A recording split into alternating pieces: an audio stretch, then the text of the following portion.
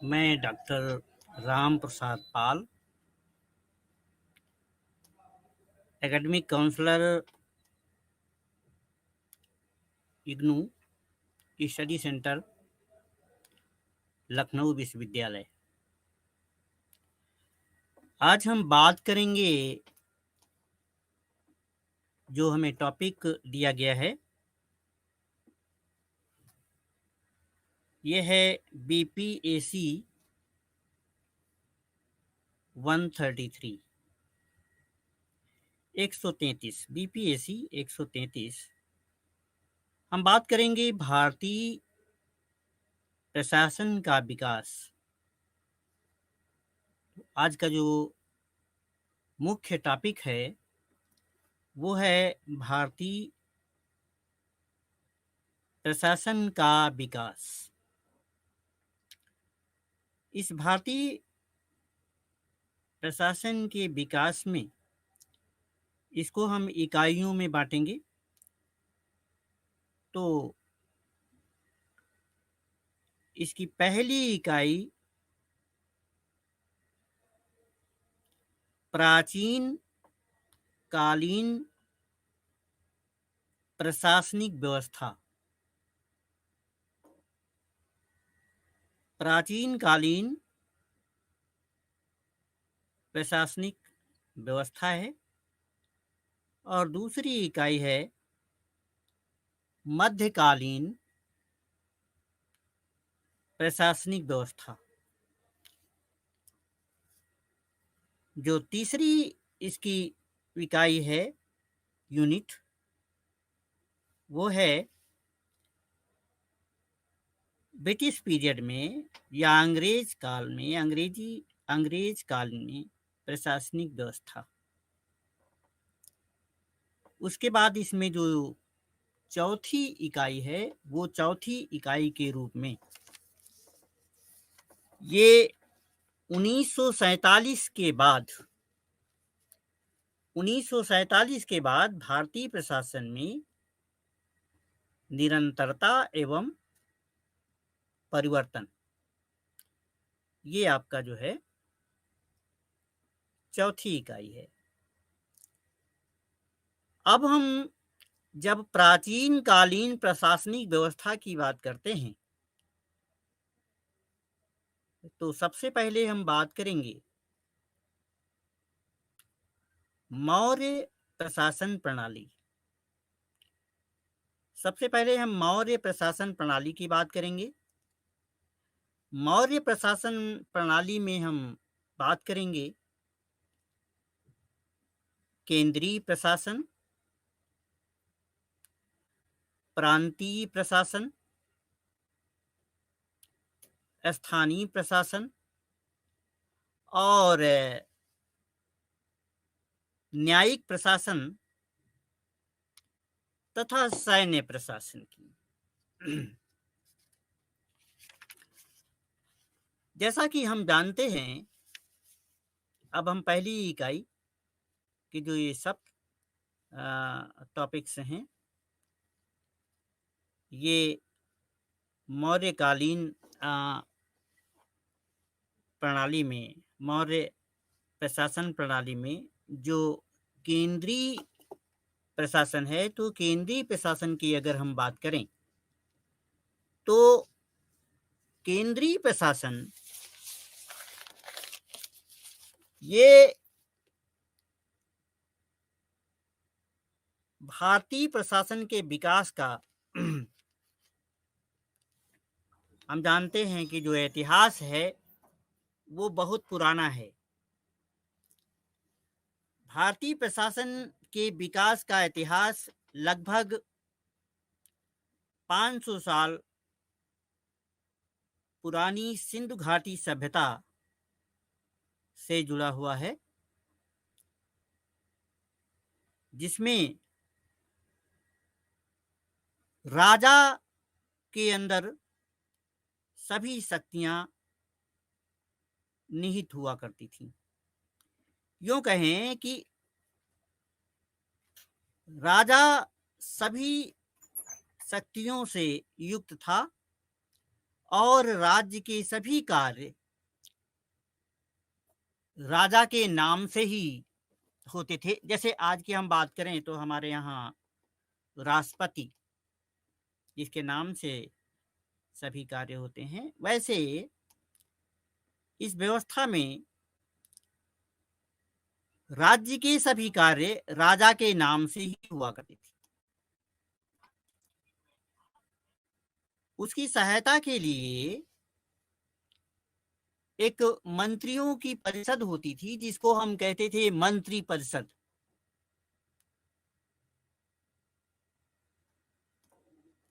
ये मंत्री परिषद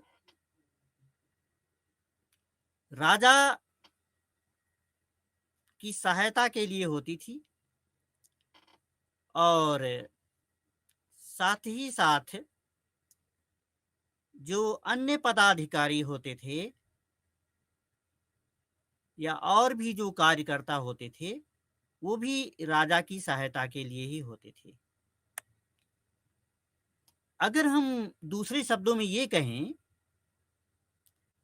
कि राज्य की समस्त शक्तियां राजा में ही निहित थी।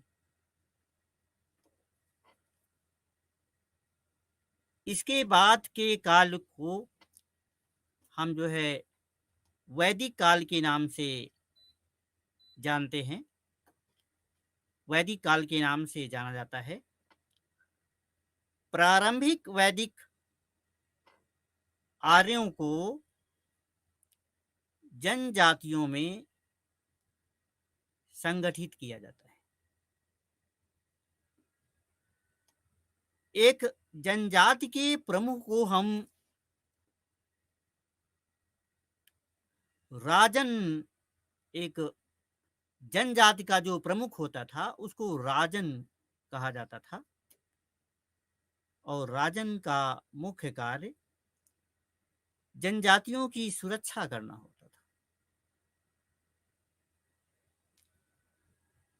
अब अगर हम बात करें कि प्राचीन भारतीय प्रशासन का किस तरह जो है धीरे धीरे सनई सनई जो है विकास होता है, डेवलपमेंट होता है, तो इसमें वैदिक युग जो कि 1500 से 500 ईसा पूर्व का है, वो अपना नाम जो है वेदों से मिलता है। राजा की सहायता के लिए जो है पुरोहित, जिनको गुरुकुल कहा जाता था, कुल गुरु, पुरोहित को कुल गुरु कहते थे। सेना प्रमुख होता था। दूत एवं जासूसों सहित कई अन्य पदाधिकारी हुआ करते थे, जो जिसके द्वारा राजा की जो है सहायता होती थी। राजा को सहायता इन्हीं के द्वारा जो है होती थी। वैदिक काल में अर्थव्यवस्था ग्रामीण कृषि पर आधारित थी। यूं कहें कि ग्रामीण आधारित एवं कृषि जीवन पद्धति पर के ग्रामीण आधारित और कृषि जीवन पद्धति के संयोजन से ये व्यवस्था बनी हुई थी। आर्थिक आदान प्रदान प्रमुखों को, जो प्रमुख हुआ करते थे, उनको उपहार के रूप में देकर किया जाता था। वस्तु विनिमय प्रणाली प्रचलित थी, जिसमें मवेशियों को जिसमें मवेशियों को मुद्रा की एक इकाई के रूप में उपयोग में लाया जाता था। मवेशियों को जो है जानवरों को ये कह लीजिए मुद्रा की एक इकाई के रूप में उपयोग में लाया जाता था। इस समय कृषि के लिए, खेती-बाड़ी के लिए लोहे के औजारों का उपयोग होता था। कृषि के लिए लोहे के औजारों का उपयोग जो है होता था, यहीं से प्रारंभ होता है। ज़्यादातर जो बर्तन होते थे, वो तांबे के, कांसा और सोने के अतिरिक्त ये ऐसा वैदिक ग्रंथों में मिलता है कि ये जो है टिन, सीसा एवं चांदी का उल्लेख यहाँ पे मिलता है। इसका मतलब ये हुआ कि इस समय लोहे के औजारों का उपयोग होता था, उपयोग प्रारंभ हुआ था। बर्तन में तांबे, कांसा, सोना, टिन, सीसा, चांदी आदि का उल्लेख होता था। अब हम अगर अनाज की बात करें तो गेहूं, चावल और जौ की खेती ज़्यादा की जाती थी। इस समय, इस पीरियड में हम ये देख रहे हैं कि अनाज में जो है, जो इस समय अनाज हमारी कृषि में पैदा होता है, वो गेहूँ बहुत कम मात्रा में, गेहूँ नहीं था, बहुत कम मात्रा में था और ज़्यादातर जो मोटा अनाज था, मोटा अनाज ही प्रयोग में लाया जाता था। नए-नए शिल्पों का जो है आविष्कार होता है। व्यवसाय की अगर हम बात करें तो व्यवसाय में जो परंपरागत व्यवसाय हैं, जैसे कि बढ़ईगिरी, चमड़े का काम,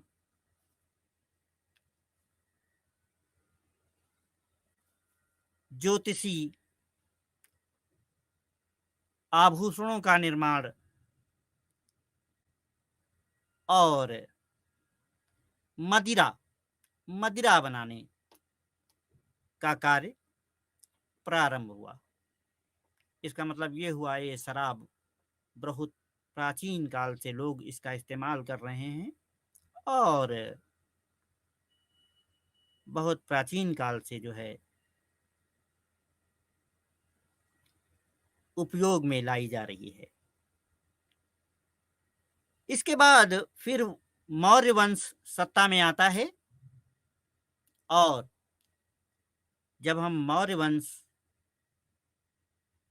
का जो संस्थापक है, हम सभी जानते हैं कि कौटिल्य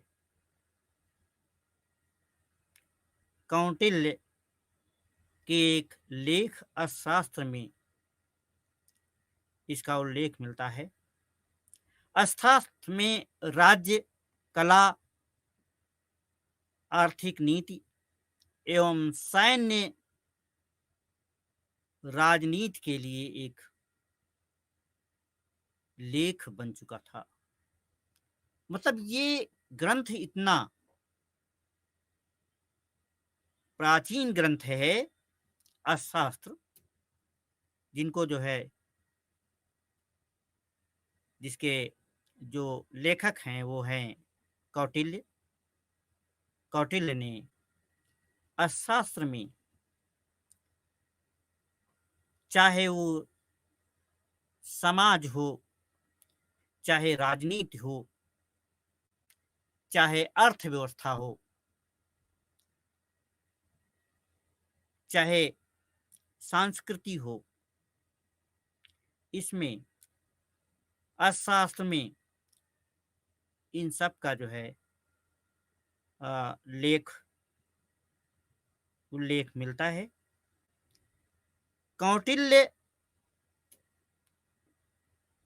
तक्षशिला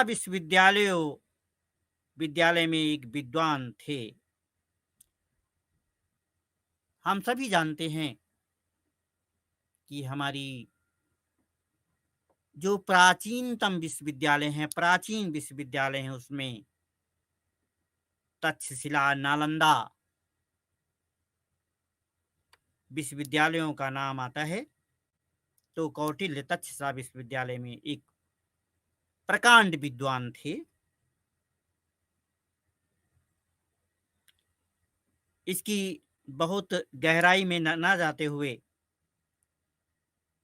हम सभी कौटिल्य का नाम जानते हैं कि कौटिल्य सम्राट चंद्रगुप्त मौर्य के शिक्षक एवं संरक्षक थे। चंद्रगुप्त मौर्य के शिक्षक भी थे और संरक्षक भी थे। हम सभी जानते हैं कि चंद्रगुप्त मौर्य को उन्होंने सम्राट बनाया। जो मौर्य काल भारतीय प्रशासन में प्रमुख विकास का युग माना जाता है। भारतीय प्रशासन में मौर्य काल को प्रमुख विकास का युग माना जाता है। इस काल में विकेंद्रीकरण व्यवस्था प्रचलित थी। हम सभी जानते हैं विकेंद्रीकरण यानी डिसेंट्रलाइजेशन, जो कि हमारे यहाँ अब जो पंचायती राज व्यवस्था है, पंचायती राज व्यवस्था में विकेंद्रीकरण के द्वारा सत्ता का स्थानांतरण करते हुए जो है जिला लेवल पे, क्षेत्र लेवल पे और ग्राम लेवल पे विकास संभव हो पाया है। तो इस काल में विकेंद्रीकरण बहुत ही प्रचलित था, क्योंकि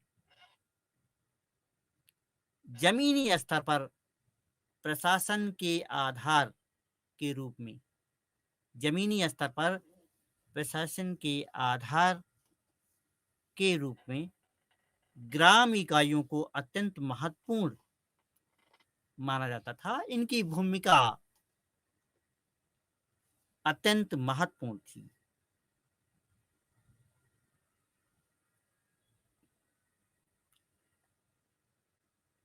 कुशल प्रशासन हेतु हमारा प्रशासन अकाउंटेबल, रिस्पांसिबल रहे,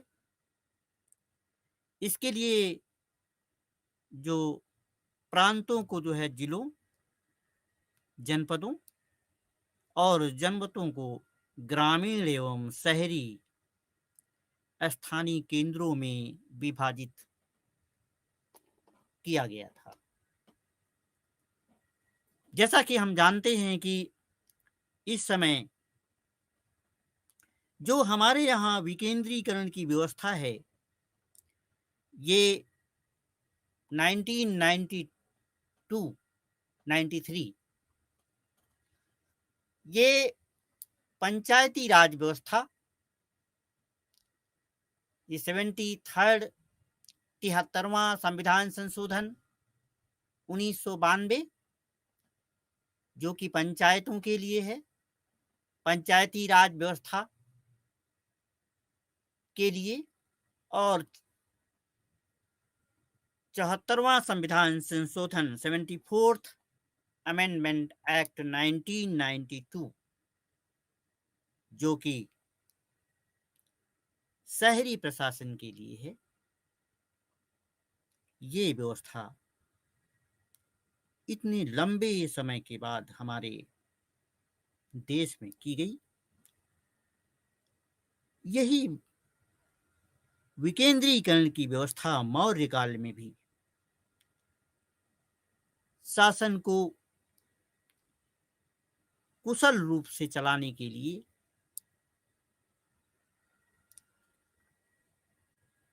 उस समय जिलों में, डिस्ट्रिक्ट में, ब्लॉक लेवल में जिसको क्षेत्र कहते हैं, क्षेत्र में, और ग्रा ग्रामीण ग्रामीण व्यवस्था में इनके विकास केंद्रों में जो है थी। मौर्य प्रशासनिक व्यवस्था में ये देखने को मिलता है कि पहली बार भारत ने राजनीतिक एकता और प्रशासनिक एकरूपता को देखने को मिलता है। मौर्य साम्राज्य को 4 प्रांतों में विभाजित किया गया था। मौर्य साम्राज्य को 4 प्रांतों में विभाजित किया गया था, जिसमें पूर्व में तोसली,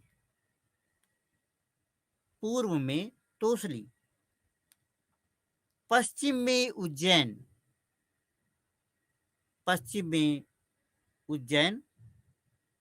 दक्षिण में सुवर्णागिरी और उत्तर में जो है तक्षशिला थे। मौर्य वंश की राजधानी पाटलिपुत्र थी।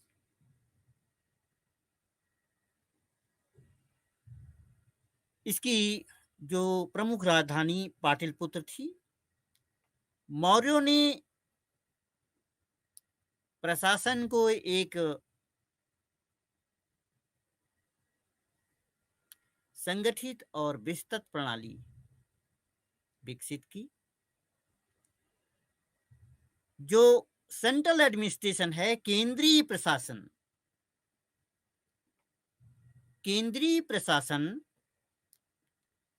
राजा के अधीन होता था। अगर हम ये कहें कि जिस प्रकार आज हमारे देश का प्रधानमंत्री, जो कि मंत्रिपरिषद का प्रमुख होता है, विश्वविद्यालय का कुलपति, जो कि विश्वविद्यालय का प्रमुख होता है, तो देश का जो राजा होता था, वो राजा के सारा प्रशासन, जो केंद्रीय प्रशासन है, सेंट्रल एडमिनिस्ट्रेशन है, वो राजा के अधीन हुआ करता था। इसके अतिरिक्त प्रांतीय प्रशासन, स्थानीय प्रशासन, राजस्व प्रशासन, न्यायिक प्रशासन एवं सैन्य प्रशासन थी। प्रांतीय, स्थानीय, राजस्व, न्यायिक और सैन्य प्रशासन हुआ करते थे।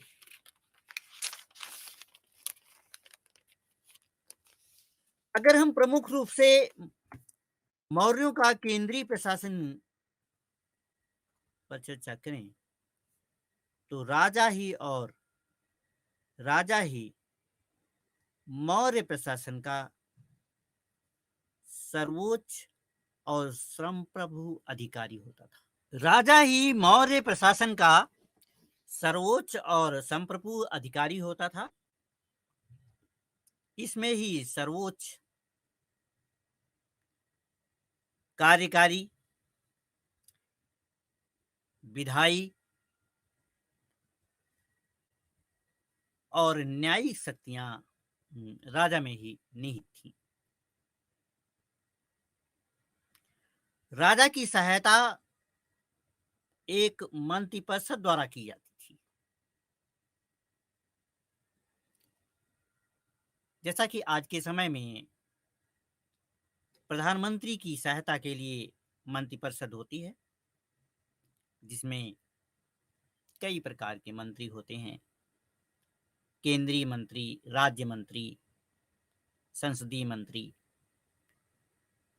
इस प्रकार राजा की सहायता एक मंत्रिपरिषद के द्वारा की जाती थी।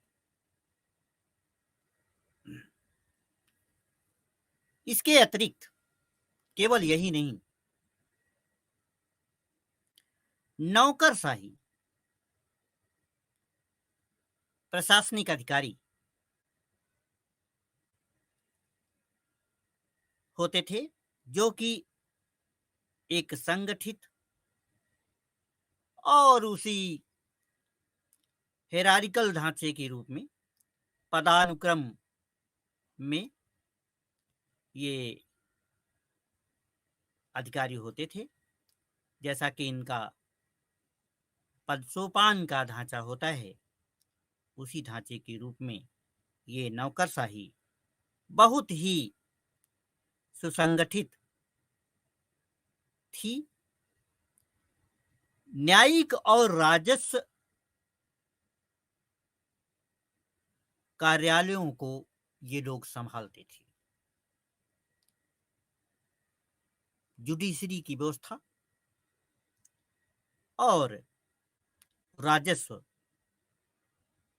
जो टैक्सेज वगैरह हैं, इनकी व्यवस्था जो है यही नौकरशाही संभालती थी। जैसा कि आज की व्यवस्था है, जो प्रशासनिक अधिकारी हैं, जो न्यायिक अधिकारी हैं, यही देश को संभालते हैं, देश को चलाते हैं। तो उस समय भी ये अधिकारी न्यायिक और समस्त कार्यालयों को संभालते थे। ये जो प्रांतीय प्रशासन है, प्रांतीय प्रशासन, इसको कई प्रांतों में विभाजित किया गया था। प्रांतीय प्रशासन को कई प्रांतों में विभाजित किया गया था, जिनको जो है जनपद कहा जाता था।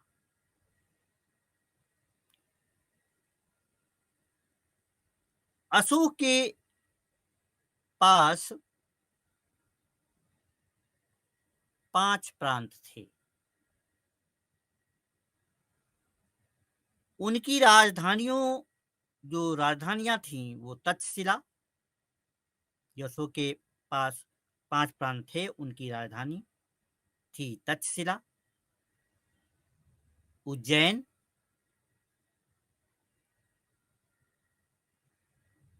तोसली, सुवर्णागिरी और पाटलिपुत्र। ये जो है 5 राजधानियां थी। प्रत्येक प्रांत को जिलों में विभाजित किया गया था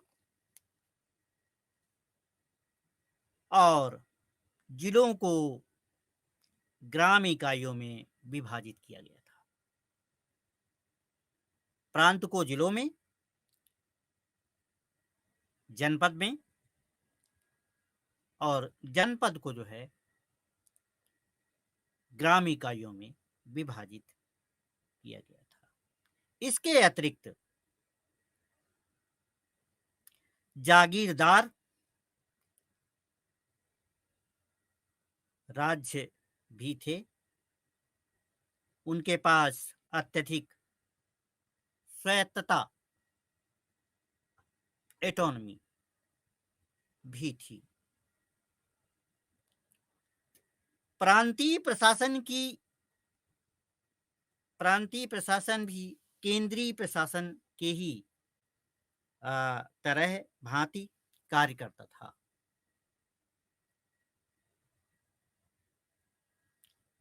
उसके बाद आता है आपका स्थानीय शासन, स्थानीय प्रशासन।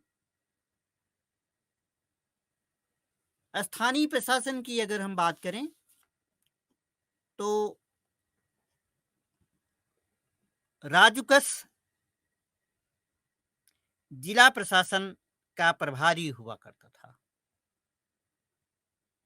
जो राजूकस होता था वो जिला प्रशासन का प्रभारी होता था, जिसकी स्थिति और कार्य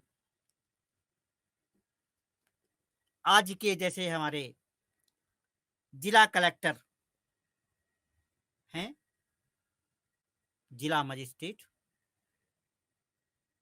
जिला अधिकारी के समान ही हुआ करता था। शहरों में नगर पालिकाएं थीं, 6 समितियां बनी हुई थी, जिनमें प्रत्येक में 5 बोर्ड सदस्य होते थे। 5 बोर्ड सदस्य होते थे। यह समितियां शहरों के प्रशासन का जो है संचालन किया करती थी। शहरों के प्रशासन का संचालन किया करती थी। अगर हम इन समितियों की बात करें तो जैसे नंबर 1 औद्योगिक कला समिति, औद्योगिक कला समिति। विदेश समिति, नंबर 2 विदेश समिति। नंबर 3 जन्म और मृत्यु के पंजीकरण के लिए एक समिति थी। जन्म और मृत्यु के पंजीकरण हेतु समिति। चौथी जो समिति थी वो व्यापार और वाणिज्य समिति थी। व्यापार और वाणिज्य समिति।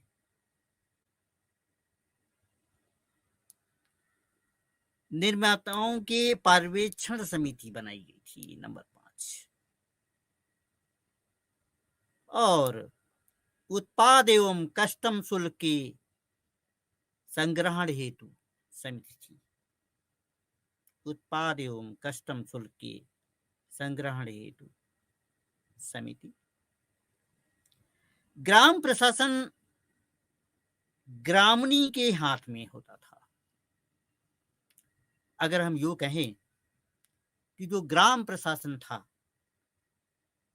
वो ग्रामीण के कंट्रोल में था।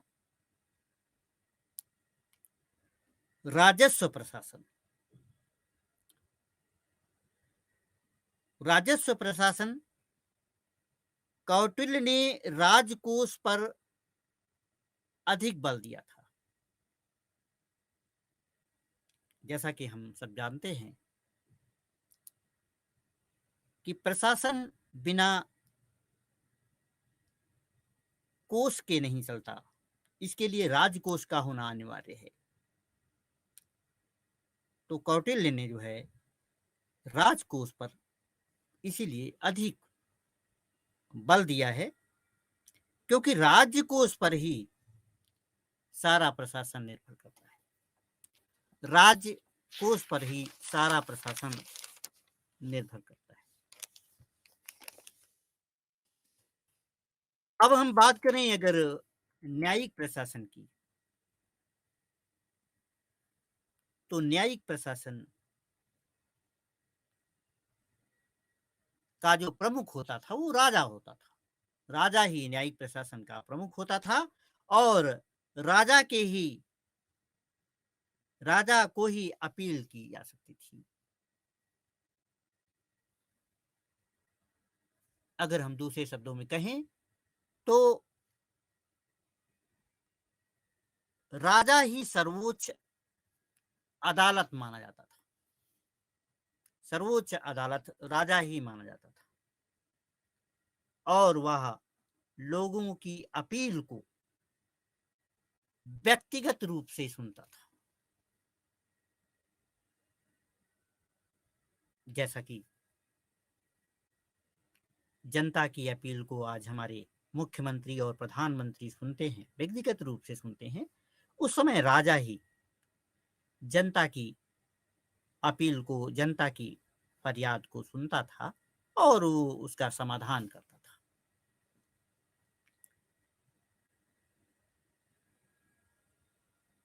सैन्य प्रशासन की अगर हम बात करते हैं तो सैन्य प्रशासन राजा सेना का सर्वोच्च सेनापति होता था। सेना का सर्वोच्च जो पद होता था वो राजा का होता था।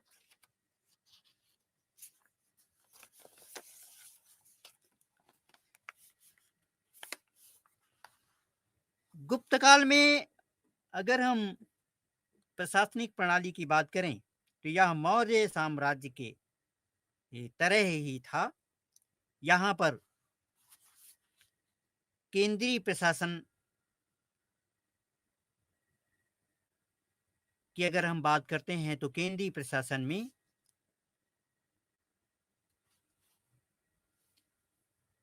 केंद्रीय प्रशासन की सरकार में राजशाही थी और राजा को ही जो है हम राजा को परमेश्वर कहते थे।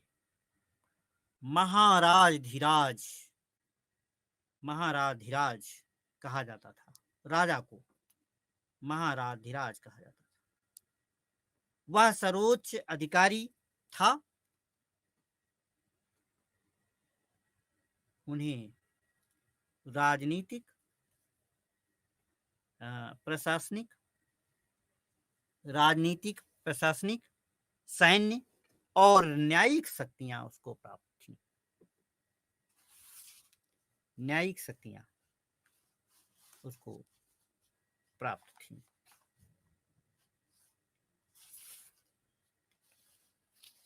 राजा सभी मामलों में जो है निर्णय लेता था। राजा का आदेश सर्वोपरि आदेश था। अब उसके बाद ये गुप्त काल में जो प्रशासनिक व्यवस्था है वो गुप्त काल में प्रशासनिक व्यवस्था इसका भी लगभग वैसे ही रूप है। यहाँ भी केंद्रीय प्रशासन है, प्रांतीय प्रशासन, राजस्व प्रशासन, न्यायिक प्रशासन और सैन्य प्रशासन।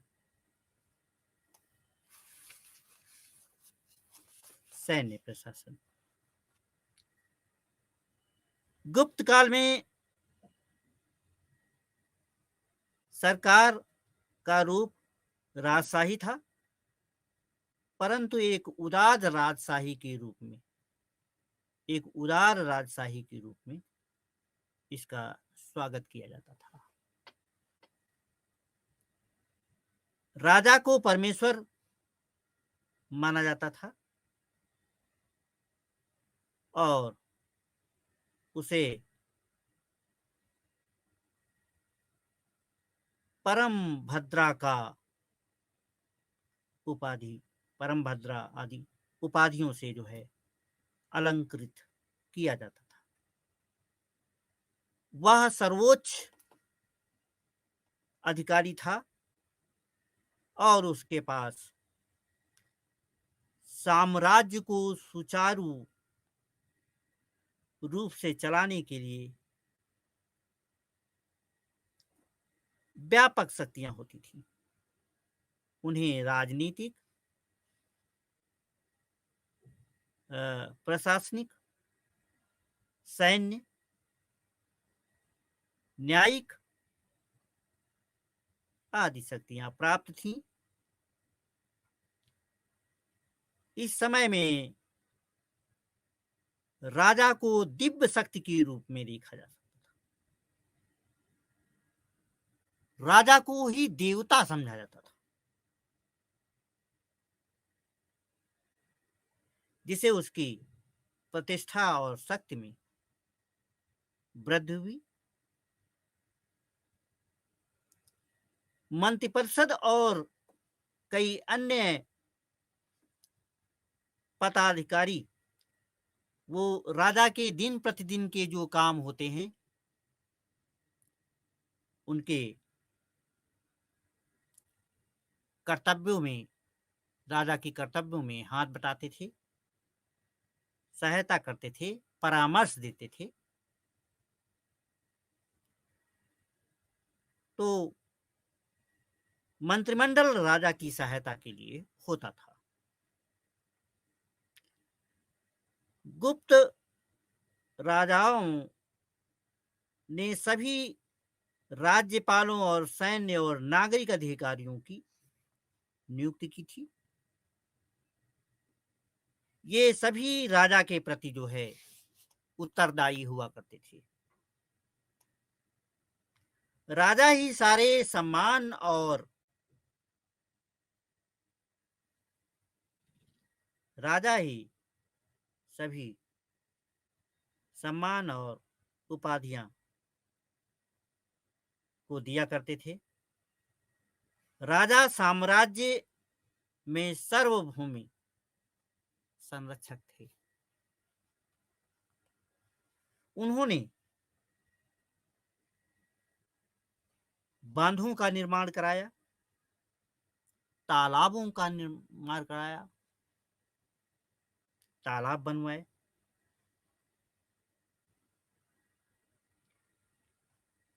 करों की वसूली और जरूरतमंद को आश्रय देने का काम करता था। राजा कभी भी स्वार्थी और देशद्रोही नहीं बन सकता था। राजा का काम था लोगों की सहायता करना, लोगों को संरक्षण देना, उनकी सेवा करना, राज्य धर्म के अनुसार ही उन्हें शासन करना होता था। जो एक राज्य का धर्म बनता है, उस धर्म के अनुसार ही राजा को जो है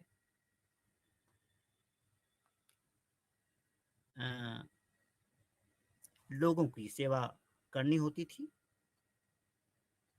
उनकी सलाह और सहायता के लिए मंत्री और उच्च पदाधिकारी होते थे।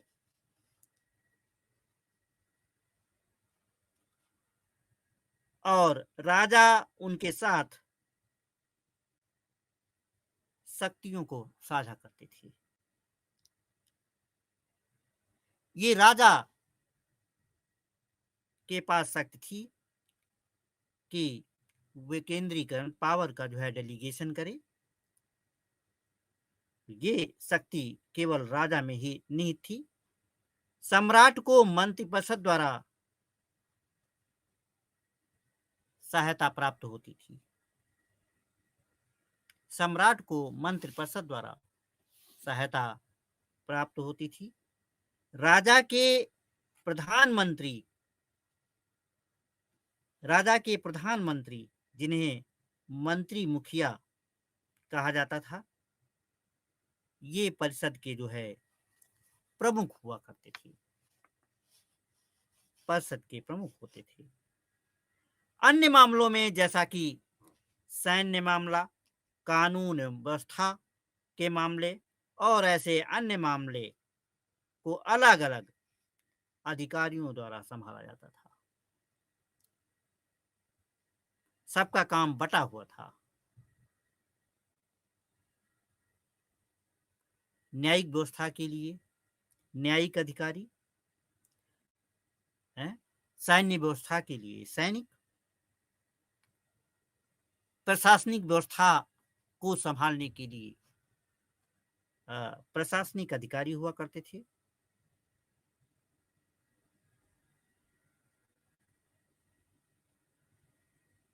ये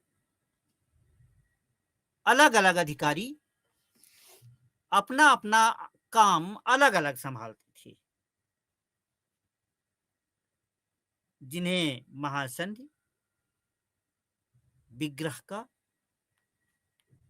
अमात्य और महादंडनायक कहा जाता था। राजा और उनके मंत्रियों की संयुक्त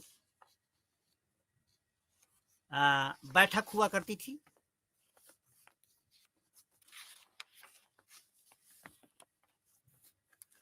सभी महत्वपूर्ण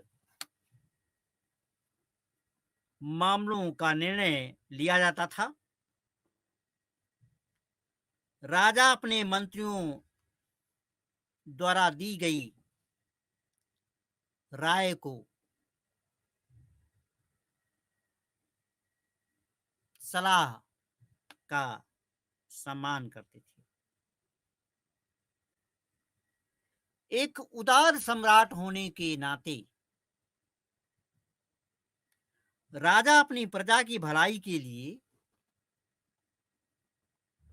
हर समय तत्पर रहता था। लोगों के सामाजिक आर्थिक जीवन से स्वयं को जागरूक रखने के लिए राजा देश का भ्रमण किया करती थी। कितनी सुंदर व्यवस्था थी ये। राजा स्वयं देश का भ्रमण करता था। इसके लिए कभी-कभी वो अपना वेश भी बदलता था। अपना वेश बदल करके लोगों के बीच में जाकर के लोगों की राय लिया करते थे। इसका जिक्र हम रामचरितमानस में भी पाते हैं। द्वापर में जब राजा राम हुए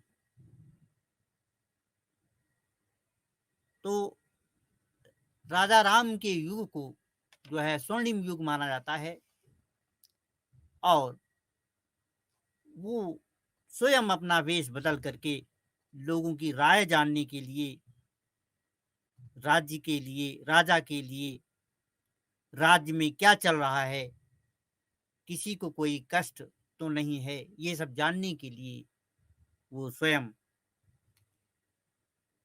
प्रजा के बीच में जाया करती थी। राजा स्वयं जाता था। अब प्रांतीय प्रशासन में ये गुप्त काल में जो प्रांतीय प्रशासन और स्थानीय प्रशासन प्रणाली आयोजित थी, साम्राज्य मुक्त नामक विभागों में विभाजित किया गया। प्रत्येक मुक्त को एक उपारिका के रूप में रखा जाता था। मुक्तियों को जिला और विसाया में विभाजित किया गया था। एक विशाल विसायपति के अंतर्गत में होता था। विसायपति आमतौर पर शाही परिवार का एक सदस्य होता था। उन्हें कार्य में जो कार्य परिषद है, कार्य परिषद के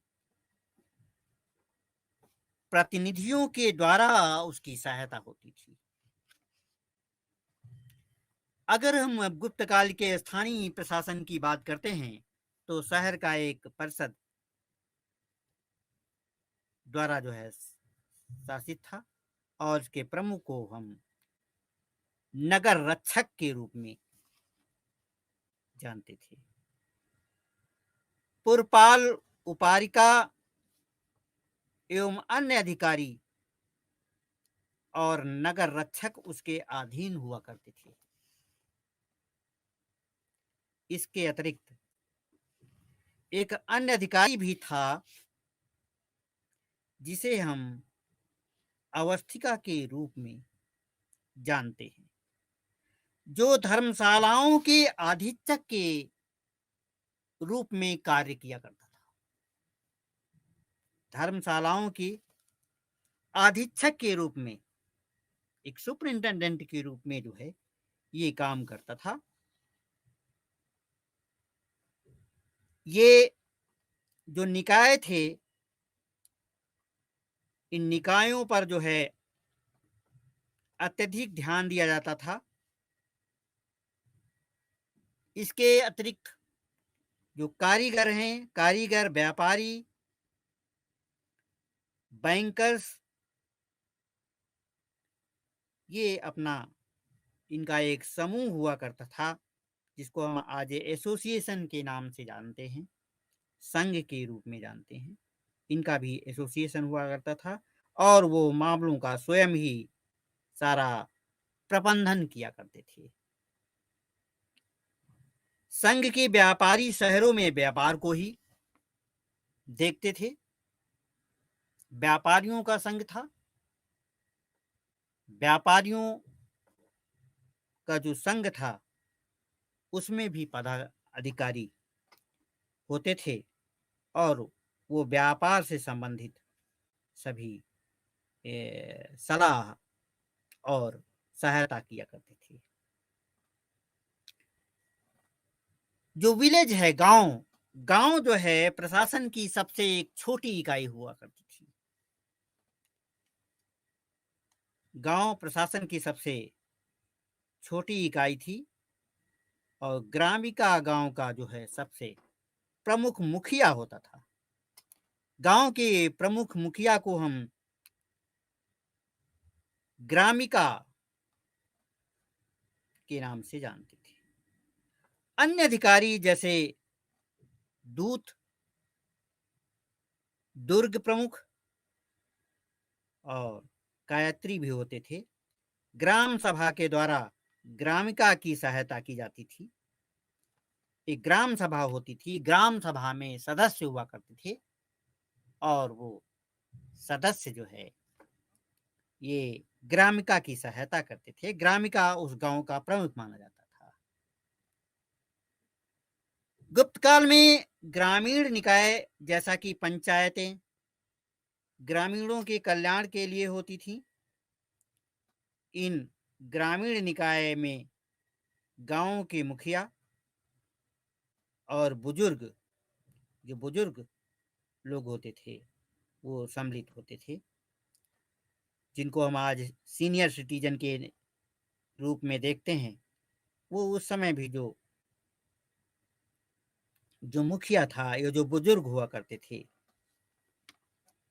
उनको गांव में सम्मान की दृष्टि से देखा जाता था, और यह माना जा सकता है कि गुप्त काल में प्रशासन के सभी स्तरों पर स्थानीय भागीदारी को बढ़ावा मिला।